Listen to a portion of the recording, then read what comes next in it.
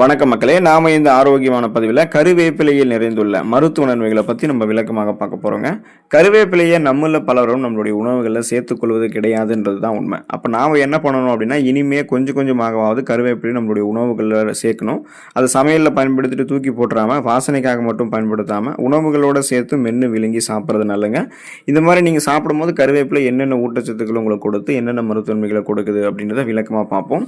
அதை பற்றி பார்க்குறதுக்கு முன்னாடி இந்த வீடியோக்கு மட்டும் ஒரு லைக்கை கொடுத்துட்டு இந்த தகவலை உங்களுக்கு தெரிஞ்சவங்களுக்கும் ஷேர் பண்ணிவிடுங்க. ஏன்னா இது அவங்களுக்கும் பயனுள்ளதாக இருக்கக்கூடிய ஒரு ஆரோக்கியமான பதிவு தாங்க.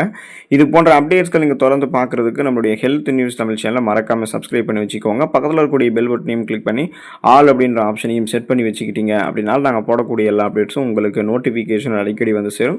சரிவாங்க மக்களே, இப்போ வீடியோக்குள்ளே போயிடலாம். செரிமானம் மற்றும் வயிற்று ஆரோக்கியம் மேம்படுவதற்கெல்லாமே நீங்கள் தொடர்ந்து கருவேப்பிலை எடுத்துக்கொள்ளலாங்க. கருவேப்பிலை செரிமான நொதிகளை உங்களுக்கு தூண்டி ஜீரண சக்தியை அதிகரிக்க செய்கிறதுக்கு உதவிகரமாக இருக்கும். வயிற்றுப்போக்கு மற்றும் சீதபேதியுமே உங்களுக்கு சரி பண்ணிடும். இப்போ கருவேப்பிலையை அரைத்து மோர் அல்லது சுடு தண்ணீரில் கலந்து நீங்கள் குடிச்சிங்கன்னா டயரியா அப்படின்னு சொல்லக்கூடிய இந்த வயிற்றுப்போக்கு உடனடியாக உங்களுக்கு கண்ட்ரோலில் வந்துடும். இப்போ செரிமான கோளாறுகள்லாம் இருக்குது அப்படின்னா நீங்கள் கருவேப்பிலை எடுத்துக்கொள்ளும் அதை சரி பண்ணிக்கலாம். வாயு தொல்லை, நெஞ்சு எரிச்சல் மற்றும் அஜீரணத்தை குணப்படுத்துறதுக்கு கருவேப்பிலை பெரிதும் உதவிகரமாக இருக்குது. கருவேப்பிலை ஒரு சிறந்த மலமிளக்கியாக செயல்பட்டு கான்ஸ்டிபேஷன் அப்படின்னு சொல்லக்கூடிய மலச்சிக்கல் பிரச்சனையை குணப்படுத்தி மீண்டும் வராமல் உங்களுக்கு தடுக்குங்க. இப்போ நமக்கு செரிமானம் தொடர்பான பிரச்சனைகள் ஏற்படுவதற்கான காரணமே செரிமான நொதிகள் போதுமான அளவுக்கு இல்லாதது, குறிப்பாக ஃபைபர் என்று சொல்லக்கூடிய நார் சத்து இல்லாததால தான். நாம் கருவேப்பிலை எடுத்துக்கொள்ளும் போது ஃபைபர் என்று சொல்லக்கூடிய இந்த நார் சத்து நமக்கு வளமான அளவில் கிடைக்கிறதாலேயே செரிமான நொதிகளை தூண்டி ஜீரண சக்தியை அதிகரிக்க செஞ்சு எந்த விதமான செரிமானம் தொடர்பான பிரச்சனைகளாக இருந்தாலுமே அதை குணப்படுத்தி மீண்டும் வராமல் தடுத்து ஒட்டுமொத்த வயிறு குடல் ஆரோக்கியத்தையும் மேம்படுத்தி செரிமான மண்டலத்தையுமே வலுப்பெற வைத்துக் கொள்வதற்கெல்லாமே கருவேப்பிலையை இனிமேலாவது அன்றாடம் தொடர்ந்து உங்களுடைய உணவுகளை நீங்கள் சேர்த்துக்கொள்ளணுங்க.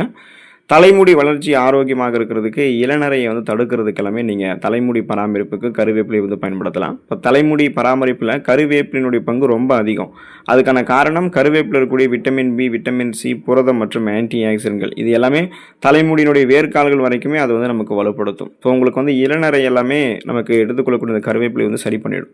அதுக்கு நீங்கள் என்ன பண்ணணும் அப்படின்னா, கருவேப்பிலை இலையை தேங்காய் எண்ணெயில் போட்டு காய்ச்சி அந்த எண்ணெயை தலைக்கு தடவி வந்தீங்க அப்படின்னா முடி கடுமையாகவும் அடர்த்தியாகவும் வளர ஆரம்பிக்கும்.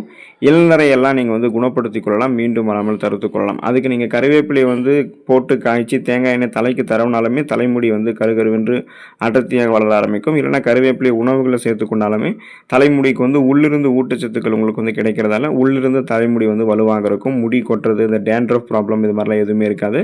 ஸோ தலைமுடியினுடைய மயிர்கால்களுக்கு தேவையான ஊட்டச்சத்து அளித்து முடி உதிர்வை குறைக்கிறதுக்கு கருவேப்பிலை தொடர்ந்து நம்ம எடுத்துக்கொள்ளலாங்க. நீரிழிவு நோய்களிலிருந்து விடுபடணும் அப்படின்னா தொடர்ந்து கருவேப்பிலை எடுத்துக்கொள்ளலாங்க. ஸோ பிளட் சுகர் லெவலை நம்ம கண்ட்ரோல் பண்ணிக்கலாம். இப்போ சர்க்கரை நோயாளிகளுக்கெல்லாம் கருவேப்பிலை ஒரு சிறந்த மருந்தாக இருக்குங்க. கருவேப்பிலை இருக்கக்கூடிய சில குறிப்பிட்ட என்சைம்கள் ரத்தத்தில் குளுக்கோஸ் கலக்கக்கூடிய வேகத்தை நமக்கு குறைக்குதுங்க. ஸோ இதனால் பார்த்தீங்க அப்படின்னா கணையத்தில் இருக்கக்கூடிய அந்த இன்சுலின் சுரப்பு, ஸோ இன்சுலின் சுரக்கக்கூடிய செல்களை பாதுகாத்து அதனுடைய செயல்பாட்டை நமக்கு தூண்டக்கூடியதாக கருவேப்பிலை இருக்குது. இதனால் ரத்தத்தில் சர்க்கரையினுடைய அளவு நமக்கு எப்போதுமே சீராக இருக்கும். உடனடியாக பிளட்டில் சுகரோட அளவு இன்க்ரீஸ் ஆகிறதெல்லாம் முன்னாடியே தடுத்து பிளட்டில் இருக்கக்கூடிய சுகரோட அளவை கண்ட்ரோல் பண்ணி நாளடைவில் அந்த சுகர் ப்ராப்ளத்திலிருந்து நீங்கள் விடுபடுவதற்கும் ஃபியூச்சரில் சுகர் ப்ராப்ளம்லாம் இல்லாமல் நீங்கள் ஆரோக்கியமாக இருக்கணும் அப்படின்னாலுமே கருவேப்பிலை தொடர்ந்து எடுத்துக்கொள்ளணும். அப்போ தான் வருங்காலங்களில் நீரிழிவு அப்படின்ற ஒரு நோய் தாக்கமே உங்களுக்கு இருந்ததாக எந்த ஒரு தடையுமே இருக்காது. நீங்கள் நலமோடு இருக்கலாம், ஆரோக்கியமாக இருக்கலாம். அனிமியா என்று சொல்லக்கூடிய ரத்த சோகை நோய், அந்த நோயை குணப்படுத்தி மீண்டும் வராமல் தடுக்கிறதுக்கு நீங்கள் என்ன பண்ணணும்னா கருவேப்பிலை எடுத்துக்கொள்ளணுங்க. அதுக்கான காரணம் என்ன அப்படின்னா, கருவேப்பிலையில் வளமான அளவில் அயன் அப்படின்னு சொல்லக்கூடிய அந்த இரும்பு சத்து இருக்குது. ஸோ இதை என்ன பண்ணணும் அப்படின்னா, அந்த இரும்பு சத்து ரத்த சிகப்பணுக்களுடைய உற்பத்தியை அதிகரிக்கும். அதனால் உங்களுக்கு ரெட் பிளட் செல்ஸ் இன்க்ரீஸ் ஆகும்போது அதில் இருக்கக்கூடிய ரத்த புரதமான ஹீமோகுளோபினுடைய எண்ணிக்கையும் இன்க்ரீஸ் ஆகும்.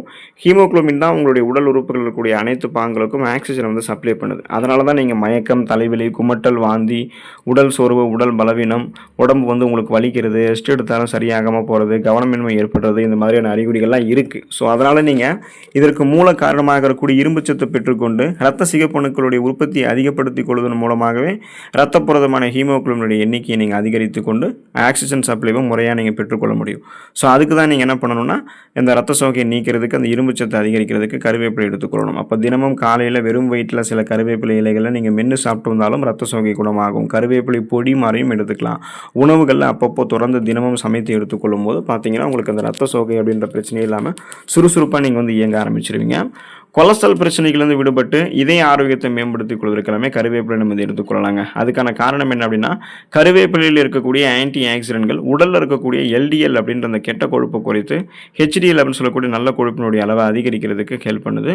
ஸோ இது வந்து தமனிகளில் கொழுப்பு படிவதை நமக்கு முன்னாடியே தடுத்து ரத்த ஓட்டத்தை நமக்கு வந்து சீராகக்கூடியதாக இருக்குங்க. இதனால் மாரடைப்பு மற்றும் இதயம் சம்பந்தமான நோய்கள் ஏற்படக்கூடிய அபாயம் வந்து கணிசமான அளவில் நமக்கு வந்து குறைஞ்சிரும். இப்போ ரத்த நாளங்களில் எல்டிஎல் அப்படின்ற கெட்ட கொழுப்பு படிஞ்சிருந்தால் தான் போதுமான அளவுக்கு ரத்த ஓட்டம் இதயத்துக்கு செல்றதுக்கு நமக்கு வந்து ஒரு வழி இருக்காது. அப்போ ரத்தத்தில் வந்து பார்த்தீங்கன்னா அந்த ரத்த நாளங்களில் கொழுப்பு படிவுகள் இருக்கிறதால ரத்த ஓட்டமே இதயத்துக்கு வந்து சீரான அளவில் போகாது. இப்போ நாம் கருவேப்பிலை எடுத்துக்கொள்ளும் போது இதில் இருக்கக்கூடிய நார்சத்து என்ன பண்ணோம்னா அந்த ரத்த நாளங்களில் படிந்திருக்கக்கூடிய கெட்ட கொழுப்புகளை அகற்றி போதுமான அளவுக்கு ரத்த ஓட்டத்தை இதயத்துக்கு அனுப்பி எந்த விதமான இதயம் தொடர்பான பிரச்சனையும் இல்லாமல் நம்மளுடைய இதயத்தை ஆரோக்கியமாக வைக்குது. ஸோ அதுக்காக தான் நம்ம கருவேப்பிலை எடுத்துக்கொள்ளணும்.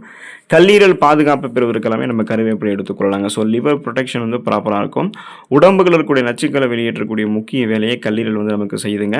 ஸோ அந்த கல்லீரலுடைய ஆரோக்கியத்தை நம்ம மேம்படுத்திக்கிறோம் அப்படின்னா கருவேப்பிலை எடுத்துக்கொள்ளணும். இப்போ கருவேப்பிலையில் இருக்கக்கூடிய டேனின்கள் மற்றும் கார்பசோல் அல்கலாய்டுகள் இது எல்லாமே கல்லீரலை பாதுகாக்கக்கூடிய உங்களுக்கு அந்த தன்மையை வந்து கொண்டு இருக்குது. இப்போ கல்லீரல் முதல்ல எதனால் பழுதடையும் அப்படின்ற அந்த காரணத்தை நீங்கள் தெரிஞ்சுக்கணும். இப்போ நம்ம வளமான அளவில் நீர் சத்து நார் சத்து இருக்கக்கூடிய உணவுகள் எல்லாம் விட்டுட்டு மாவுச்சத்து அதிகமாக இருக்கக்கூடிய உணவுகள் எடுத்துக்கொள்ளும் போது நான்வெஜ் ஃபுட்ஸ் அல்லது அளவுக்கு அதிகமாக கணக்கே பார்க்காம தினந்தோறும் நம்ம எடுத்துக்கொள்ளும் போது தீவிர மது இருந்தக்கூடிய பழக்கம்லாம் நமக்கு இருக்குது அப்படின்னா ஒரு கட்டத்தில் கல்லீரலுடைய பாதுகாப்பில் வந்து பார்த்திங்கன்னா உங்களுக்கு பாதுகாப்பு இன்மை தான் ஏற்படும். குறிப்பாக கல்லீரலில் நச்சு கழிவுகள் அதிகமாக தேங்க ஆரம்பிக்கும், கொழுப்பு படிவுகள் அதிகமாக இருக்கும், கல்லீரலுடைய செல்கள் வந்து உங்களுக்கு மீண்டும் மீண்டும் புதுப்பிக்கப்படாமல் செல்கள் வந்து அழிந்து போய்விடக்கூடிய அபாயமும் இருக்கும்.